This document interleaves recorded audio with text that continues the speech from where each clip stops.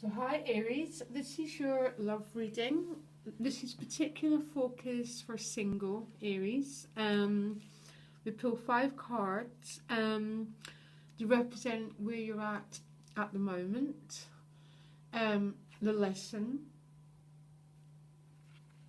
and there's 2 advice cards: the actions that have to be taken, and the attitudes that have to be developed, and the outcome if you follow the advice of the cards. So yes, Aries, very interesting. Where you're at regarding relationships is the King of Pentacles. Now the only understanding I have of the King of Pentacles in this position is you're looking for quite a real commitment. You want something stable.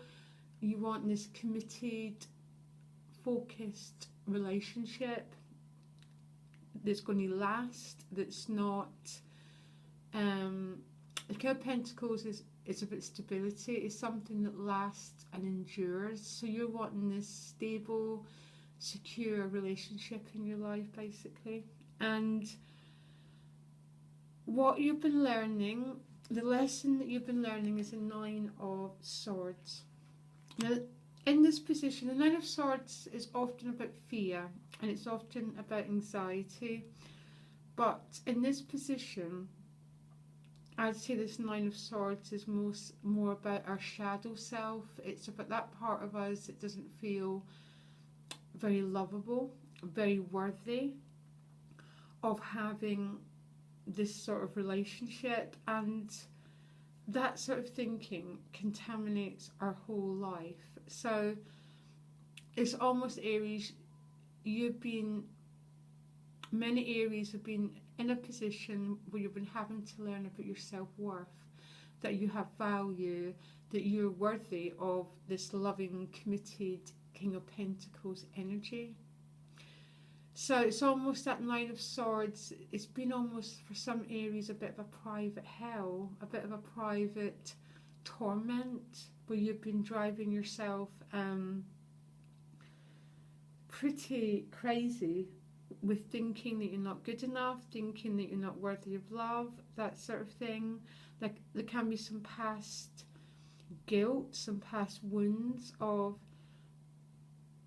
behaviours from the past, maybe, that sort of thing. And quite often that 9 of Swords can be childhood wounds. It can be, you know, when we grow up in school and we don't quite fit in, or we look different. The 9 of Swords represents that sort of very, very shadowy, very difficult emotions. Now the attitude you've been asked to take is a Fool. So you've been asked to go forward, to trust in the future, to no longer listen to fear, which is a dog. The dog is a lower self. It's that part of us that don't do this, don't do that, you'll look foolish, keep yourself small, keep yourself hidden. This Fool is about no longer listening to fear. It's about going forward, expressing yourself, expressing that vitality that Aries you just have in abundance, and bringing it forward and trusting life. So obviously some of you have been hurt in the past, because this is what this 9 of Swords represents.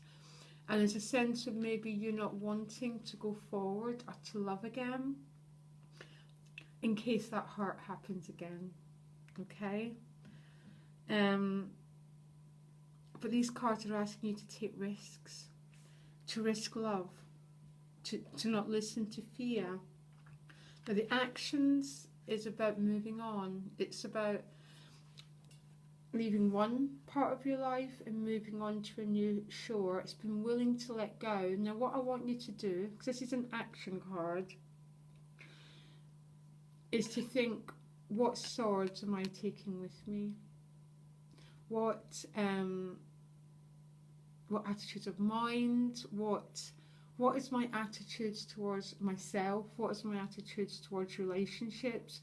Because don't take this 9 of Swords into your future. So the action you've been asked to take is to move on to calm waters, but to pay attention to what you're taking with you, Aries. Don't take the past hurts with you. And the outcome is a Star card. Now, these have definitely got a link, because the Star card, when it's in a love relationship, tends to mean light at the end of a dark tunnel. So I think some of you have been in a bit of a private personal hell with this Nine of Swords. And what this card is saying here is, take the advice. Don't listen to it anymore. Pay attention to your thinking. Pay attention to what you're taking to your future. And the outcome is light at the end of a tunnel. It's willingness to be seen, to be vulnerable, to risk intimacy, to risk love, but basically to risk being vulnerable. Because this Nine of Swords is saying there's a fear of vulnerability.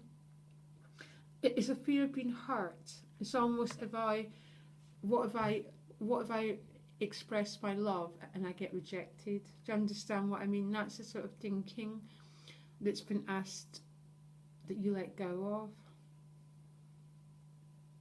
And if you do, the outcome is healing. It's a brand new beginning. It's light dawning again, Aries. So I don't know what you think of this reading. I know there's going to be a few people watching that this really deeply, deeply resonates with. And I'm not an Aries, but it deeply resonates with me.